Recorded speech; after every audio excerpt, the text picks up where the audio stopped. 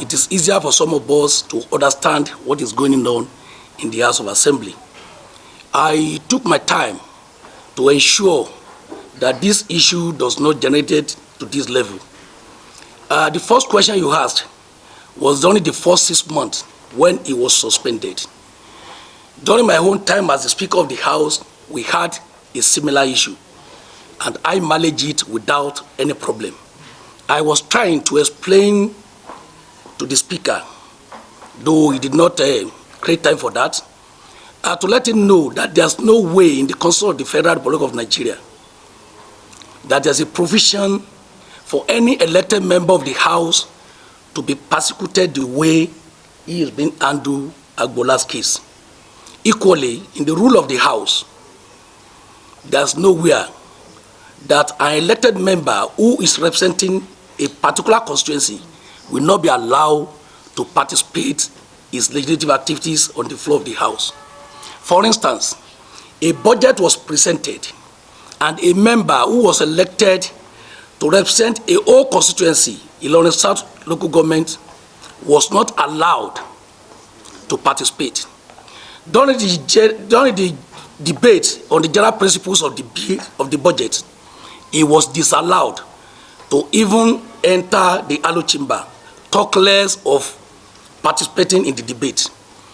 And I want the Speaker to understand that allowing an opposition member on the floor of the House to participate in the general principles of the budget will give credibility to that budget, because the public and even you press would like to know the position of an opposition member on the budget that was presented.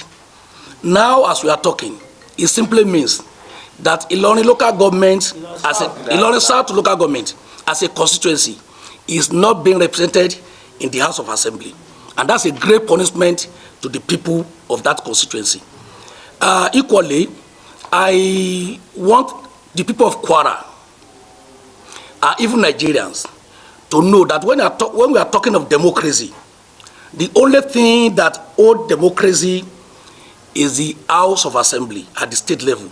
That's the legislature, which is the #1 arm of government. And the Constitution do it that way because without the House of Assembly or the Parliament, there is nothing we can call democratic arrangement in any country.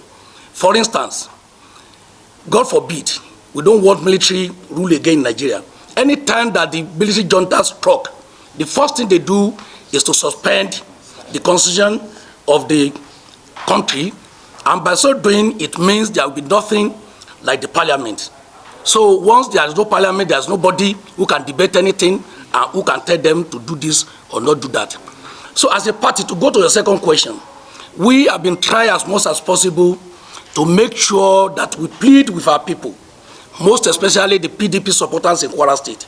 Kwara State is a state of harmony, is a very peaceful state. And our leader, our highly respected leader, Dr. Agboola Suspension, doesn't want anybody and anything that will cause problem in this state.